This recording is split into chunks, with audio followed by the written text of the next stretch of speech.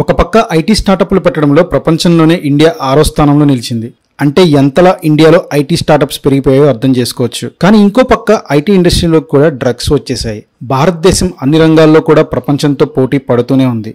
కానీ ఆ పోటీ మంచి వాటిల్లో అయితే పర్వాలేదు, కానీ భయంకరమైన మాదక ద్రవ్యాలను విక్రయించడంలో కూడా ఇండియా తన మార్క్ని చూపిస్తుంది. రీసెంట్గానే రేవ్ పార్టీలో డ్రగ్స్ దొరికాయని చెప్పి న్యూస్ సంచలనమైంది. ఒకప్పుడు కేవలం డబ్బులు ఉన్న వాళ్ళకో లేదా సెలబ్రిటీస్కో మాత్రమే ఈ డ్రగ్స్ అనేవి అందుబాటులో ఉండేవి. కానీ ఇప్పుడు స్టూడెంట్స్ దగ్గర నుండి ఎంప్లాయీస్ వరకు అందరికీ డ్రగ్స్ అందుబాటులోకి వచ్చేసాయి.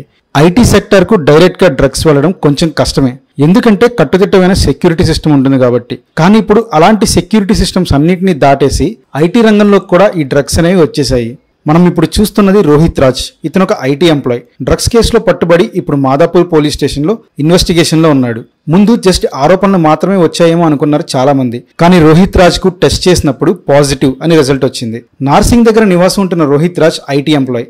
వీకెండ్ పార్టీలోనా, పబ్స్ లోనా, ఇలా ఎక్కడి నుండి ఈ డ్రగ్స్ కల్చర్ అనేది మొదలైందో అని పోలీసులు ఇన్వెస్టిగేషన్ స్టార్ట్ చేశారు.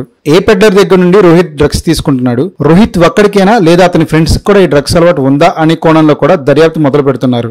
పోలీసులు ఇచ్చిన సమాచారం ప్రకారం రోహిత్ ఈ కేసులో ఒక తీగ మాత్రమే. ఇప్పుడు ఈ తీగను పట్టుకుని డ్రగ్స్ డొంక మొత్తాన్ని లాగే దిశగా ఇన్వెస్టిగేషన్ జరుగుతుంది అని మాదాపూర్ పోలీసులు చెప్పారు. త్వరలోనే అతనితో పాటు ఆఫీసులో పనిచేసే ప్రతి ఒక్కరి ఇళ్లని సోదా చేస్తామని, రోహిత్ ఆఫీసులో అందరికీ టెస్ట్ చేస్తామని, అంతేకాకుండా వారి అందరికీ ఉన్న క్లోజ్ సర్కిల్ ఆఫ్ ఫ్రెండ్స్ ని కూడా టెస్ట్ చేయించి ఎవరికైతే పాజిటివ్ వస్తుందో లేదా ఎవరి బ్లడ్ లో అయితే డ్రగ్స్ ట్రేట్స్ ఉంటాయో వారి నుండి ఇన్వెస్టిగేషన్ స్టార్ట్ చేసి అసలైన డ్రగ్ డీలర్స్ ఎవరు, వారి కిందున్న పెడ్లర్స్ ఎవరు, ఈ పెడ్లర్స్ కున్న మెయిన్ క్లయింట్స్ ఎవరు అని చెప్పి ఇలా ప్రతి కోణంలో ఎంక్వైరీ చేసి డ్రగ్స్ మాఫియాని త్వరలోనే పట్టుకుంటామని చెప్పి పోలీసులు తెలిపారు. అసలు ఇంతకీ ఈ రోహిత్ రాజ్ కి ఎప్పటి నుండి డ్రగ్స్ అలవాటు ఉంది, ఈ మత్తుకు రోహిత్ బానిస అయ్యాడా, అసలు ఏ స్టేజ్ లో ఉన్నాడు అనే వివరాలు ఇంకా తెలియాల్సి ఉంది.